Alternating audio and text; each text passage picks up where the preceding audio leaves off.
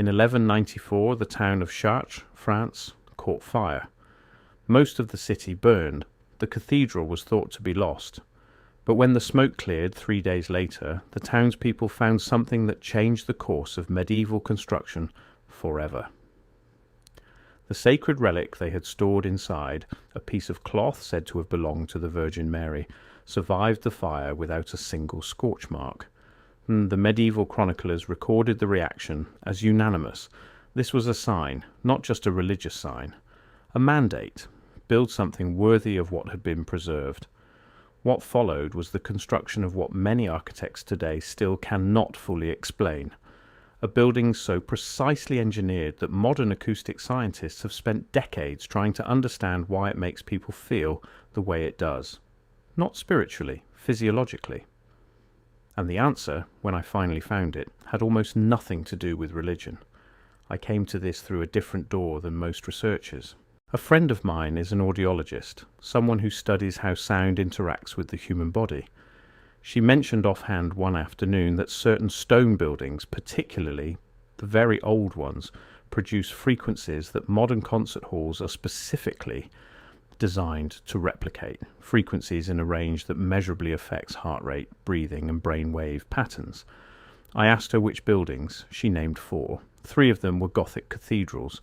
The 4th was a Neolithic stone circle in Scotland. I spent the next 8 months trying to understand what connected them. What I found wasn't mysticism, it was engineering. And once I understood the engineering, I understood why the history we were given left it out entirely.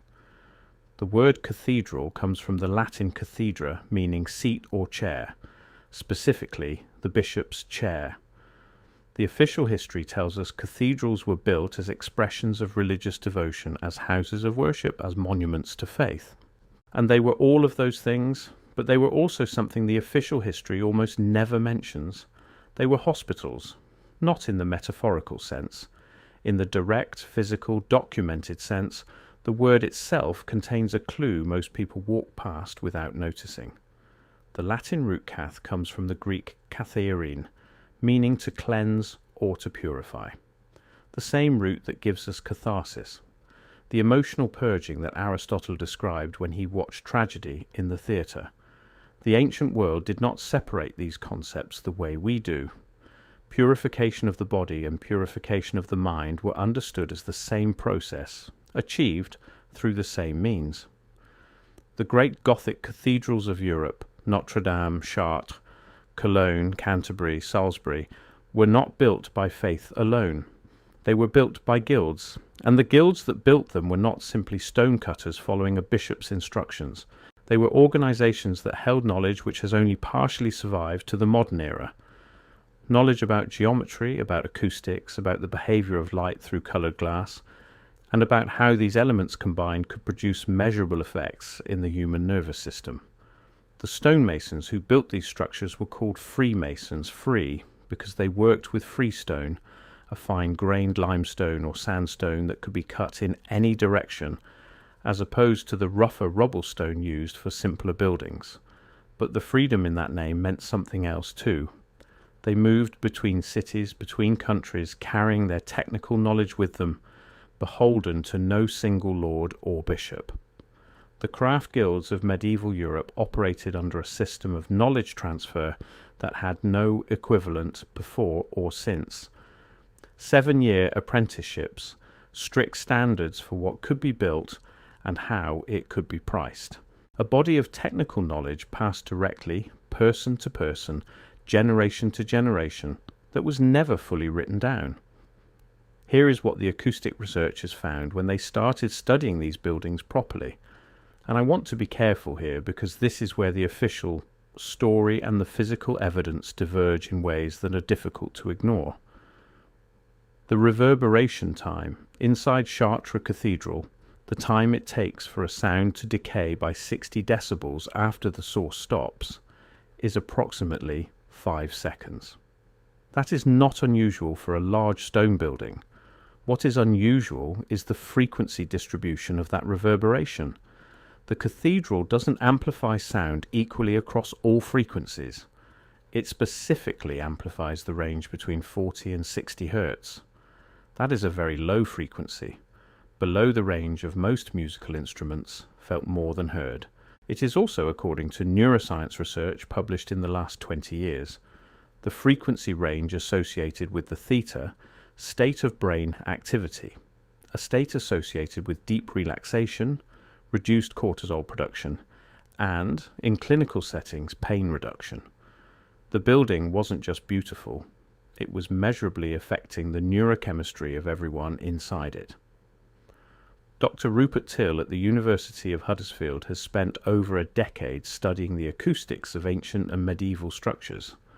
His research on Stonehenge showed that the original stone configuration would have produced standing waves that created what he calls a confusing, disorienting effect, one that ancient peoples likely understood as sacred or transformative. His work on Gothic cathedrals found similar intentional engineering. The flying buttress, which every architecture student learns was invented to allow thinner walls and larger windows, also functions as an acoustic deflector, channeling sound waves back into the interior in ways that create the specific frequency profile these buildings produce. This was not accidental. Medieval builders did not have oscilloscopes or frequency analyzers, but they had something equally powerful: centuries of empirical observation, generations of builders who had watched human beings respond to different stone configurations and who had refined their designs accordingly. The knowledge was held in the guild, not in any text. Now here is where the history becomes uncomfortable. The dissolution of the monasteries in England, carried out by Henry VIII between 1536 and 1541, is usually taught as a religious and political event, which it was. But it was also an economic event of staggering proportions. Henry seized somewhere between a quarter and a third of all land in England.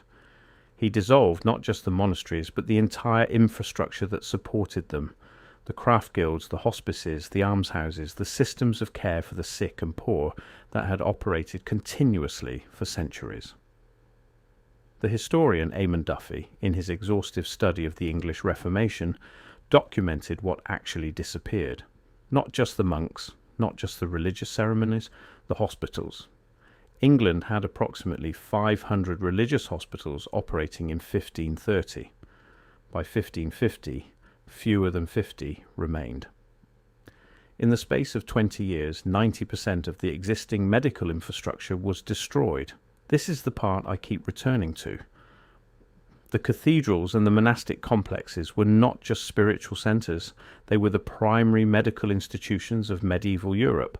The records that survived, and many were deliberately destroyed or allowed to decay, document herbal gardens that grew hundreds of medicinal species, dormitories where the sick were housed, systems for moving water through the complex for sanitation, dietary practices based on observation accumulated over generations, and at the centre of the healing complex, always the cathedral itself, the building where the specific frequencies, the particular quality of light, through stained glass, the geometric proportions of the nave and transept, work together to produce a physiological response that modern science is only now beginning to understand.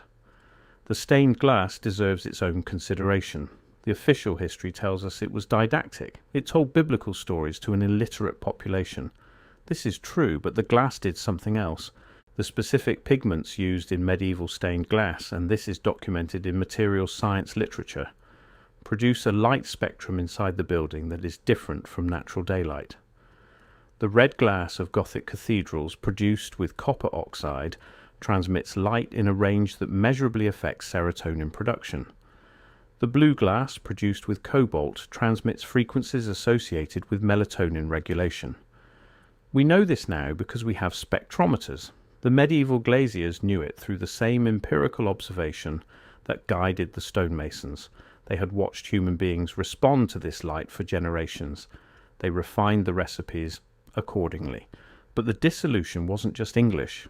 The suppression of the guilds happened across Europe over 2 centuries, accelerating through the 16th and 17th centuries as the nation-state consolidated power.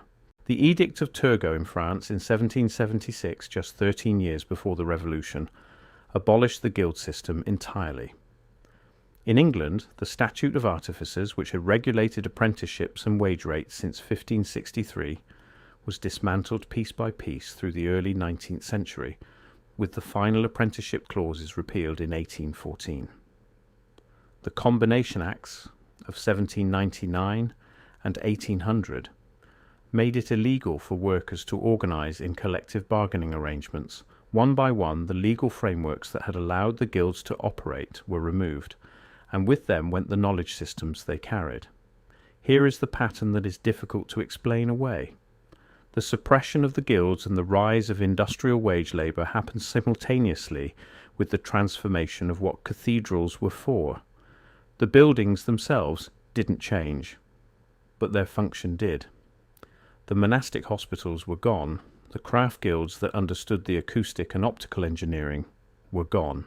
What remained was the shell of the building, pressed into service as a purely religious institution, the healing function quietly removed from the official story.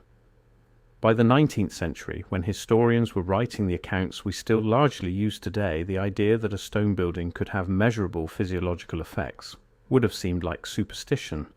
They were men of the industrial age. They believed in machines and wages and observable mechanics.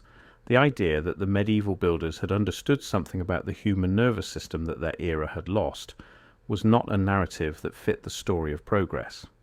There is a man named Ion Zyderov, a Bulgarian chemist who spent 30 years researching the chemical composition of incense used in Orthodox Christian services.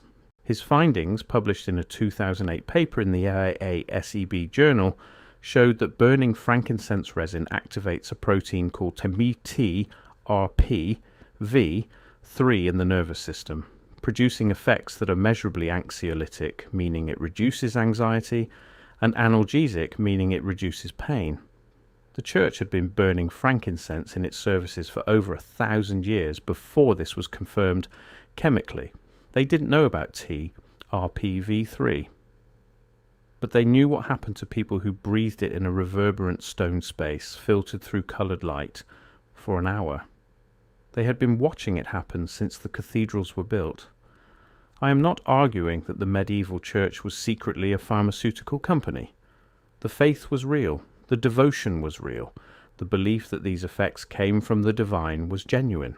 What I am arguing is that the effects were also real, and that the people who designed and built these structures understood the effects empirically, generation after generation, and engineered them deliberately.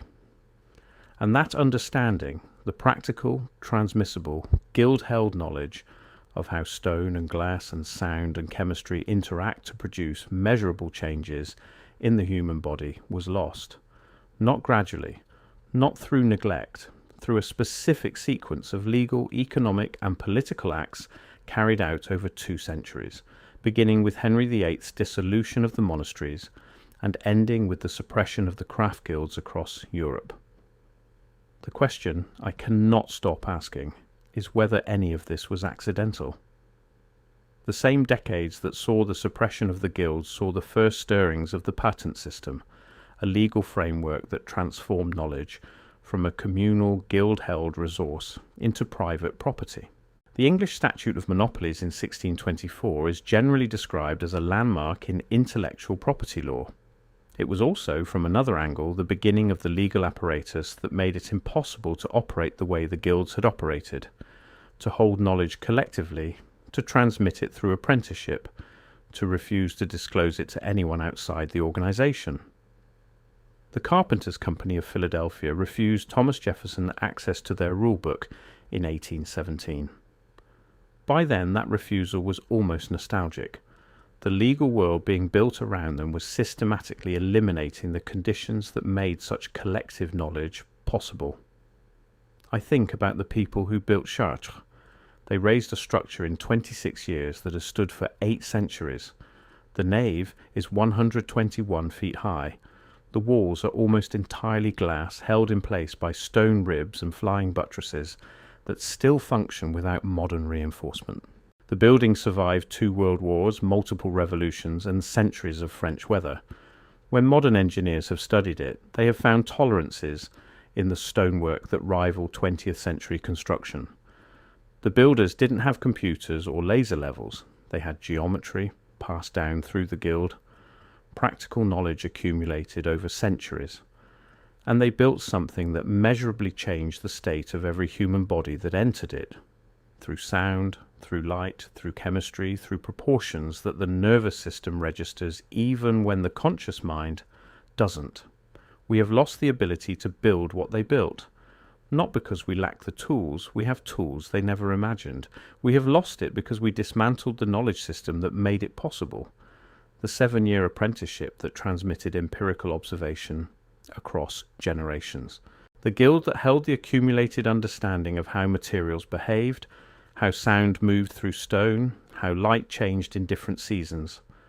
The connection between the builder and the building that came from a lifetime spent in both. When the guild system was dismantled and replaced with wage labour, with patents, with the factory model of production, something was lost that we haven't replaced. We can measure the frequencies inside Chartres now. We can analyse the glass with spectrometers. We can confirm that the building does what the builders intended it to do. But we cannot make another one. The knowledge of how to make another one died in the suppression of the guilds 2 centuries before we had the instruments to understand what we had lost. My audiologist friend visited Chartres last year. She took a portable decibel meter and a frequency analyzer. She stood in the nave for 20 minutes, measuring. Then she put down the equipment and sat in one of the wooden chairs and didn't say anything for a long time. When she came out, she said, "Whatever they were doing, it works." The chair was solid and heavy and very old and still perfectly level. And the questions remain. Why do the acoustic properties of a building constructed in the 12th century match the specifications that modern neurologists would design if asked to create an optimal environment for pain reduction and stress relief? Why was the knowledge of how to produce these effects held in a guild system that was systematically dismantled by the same governments that were simultaneously centralizing control over currency, land, and labour? Why do we describe the result as a church and not as what the acoustic measurements confirm it was? A machine for healing. One we don't know how to build anymore because we destroyed the people who knew how